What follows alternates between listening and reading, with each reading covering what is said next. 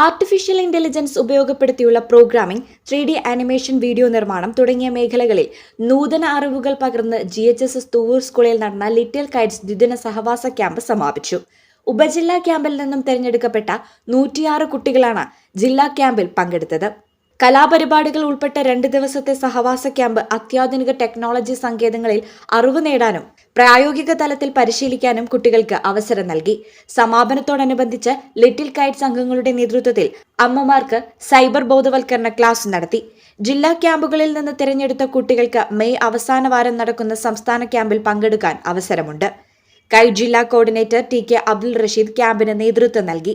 Animation വിഭാഗത്തിൽ KITE master ട്രെയിനർമാരായ Gokulnath, Lal, Irshad, Bindu, Yasar, Shihabuddin എന്നിവരും programming വിഭാഗത്തിൽ ഷാജി, മുഹമ്മദ് ബഷീർ, രാധിക, ജാഫർ അലി, കുട്ടി ഹസൻ എന്നിവരും പരിശീലകരായി.